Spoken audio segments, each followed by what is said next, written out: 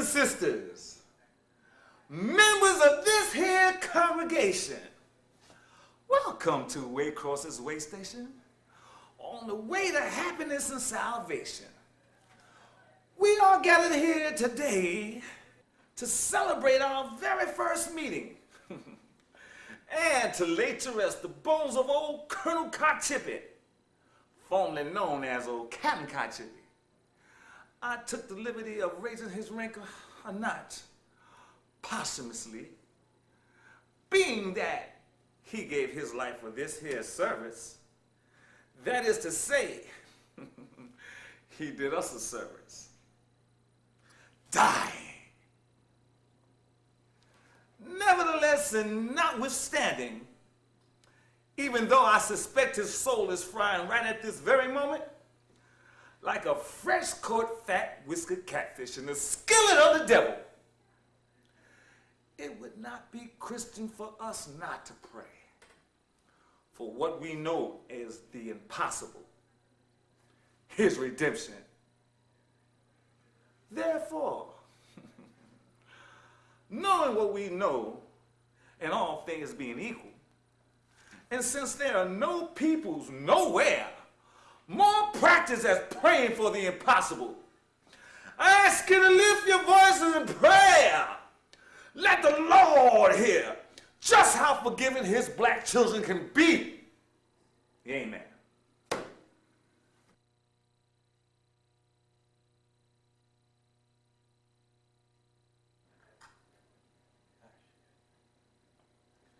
This day is called the Feast of St. Crispin.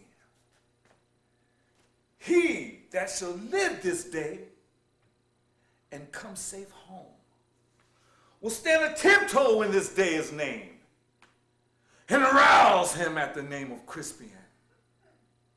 He that shall live this day and see old age will yearly on the visual feast his neighbors and say, tomorrow is St. Crispian's day. Then shall he strip his sleeves and show his scars and say, these wounds I had on St. Crispian's day. Old men forget, yet all shall be forgot. But he'll remember with advantages what deeds he did this day. Then shall our names, familiar in his mouth as household words, be in their flowing cups freshly remembered. This story shall the good man teach his son, and Crispian shall ne'er go by. From now until the end of the world, but we in it shall be remembered. We few, we happy few, we band of brothers